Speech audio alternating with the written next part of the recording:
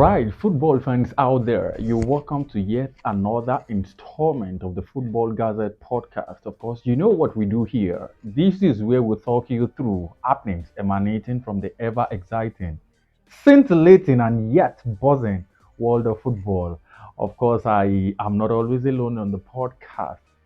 My guy, how is it today? Yeah, it feels good to be back right Well, of here course, with we're going you. to be talking about a couple of things, and topmost of them, we have to discuss the summer signings, players that have actually lived up to expectations for their different clubs during 2023-2024 league season. Of course, not only the Premier League, we have the La Liga, the Italian Serie A, the German Bundesliga, and of course, the French League on. So we're going to be talking about players who actually made the move from one club to the other during the course of the summer transfer and who have actually lived up to the billing of maybe the big money move or a sensational move Yeah, from one yeah. club to the another.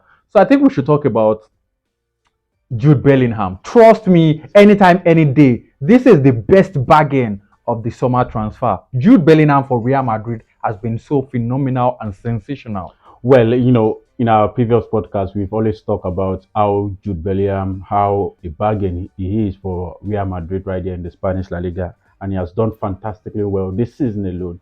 And for me, he stand out Hmm. among other signings this summer transfer window. And I know football fans out there will also agree with me that Jude is one of the best signing this season for Real Madrid and across Europe top five leagues. Because ordinarily, you begin to wonder, like, what has changed in the game of this player? Because even while at Borussia Dortmund, we didn't get to see this very, very, very big part of him. But Yeah. now he's taking it upon himself, carrying Real Madrid on his shoulder in the absence of Karim Benzema, doing work a striker, a natural striker should be doing.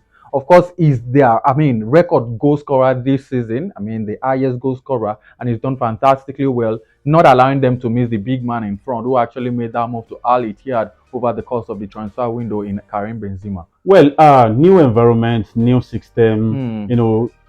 new coach, helping, New tactics new as tactics, well. giving him the freedom to Hmm. express himself fully on the field. And you can see the freedom he has on the field helps him a lot to, express his full self Hmm. as a player. And he's doing so well for Real Madrid. Well, Declan Rice is another player, trust me. We also have James Madison right Hmm. there at Yeah, Tottenham sure. Hotspur. They are the table toppers as it stands.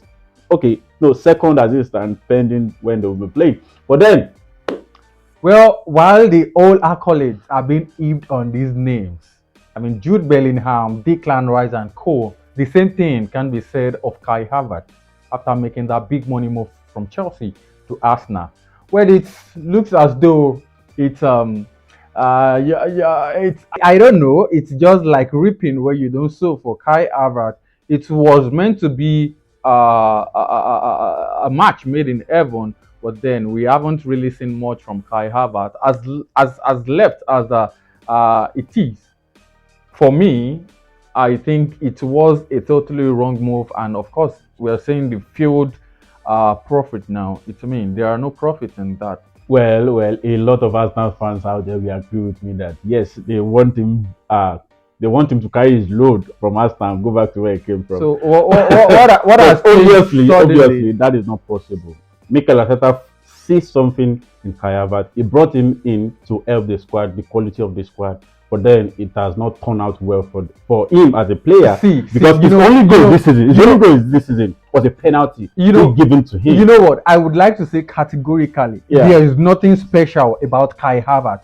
Take away his goal in the UEFA Champions League final against Manchester City from his Chelsea career. That was not the Chelsea. That was not the player Chelsea bargained to get.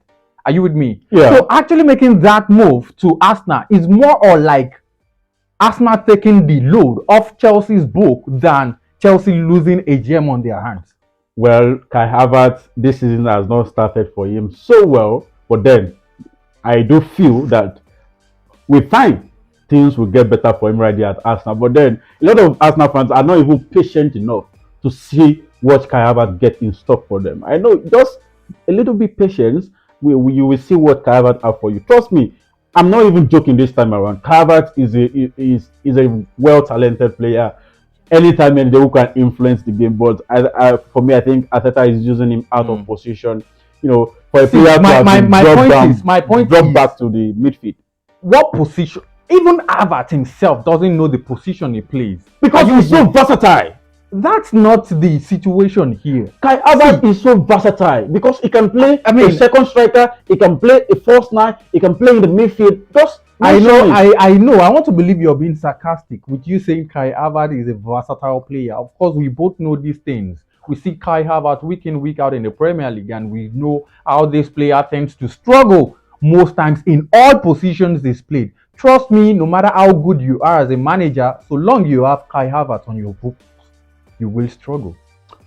Well, we saw that against Chelsea, and we're seeing that against Arsenal this time around. Kai Havertz is struggling in his new start to life right here at North London Arsenal Football Club. But then it remains to be seen what becomes of this player. Football fans out there, Arsenal fans particularly, you can only anticipate and wish Kai Havertz the best, a successful career right here at Arsenal Football Club. Well, another player we're talking about. Let's just ask the question. Yeah. Basic question about him. How impressed are you about Moise Caicedo life at Chelsea as it is? Well, that's left for you to answer. Swipe up the comment section and drop your 2 cents on that. You want to say something? Maybe not. Yeah, maybe not the stuff he wanted as well. Okay, but then I think he's Chelsea has literally struggled. grown into becoming an integral part of the team. Yes, I think the partnership with Enzo Fernandez has been fantastic. I mean, the two players, Moise Caicedo and Enzo Fernandez. But then it remains to be seen. Chelsea are struggling. They are sitting in the second half of the table as it stands, and it's really surprising to see. Trust me, that is not what we want to see from them. All right, that's not what we want to see from them. That's all about the players who has actually made 1 or 2 exploits for their new teams in the 2023-2024 season.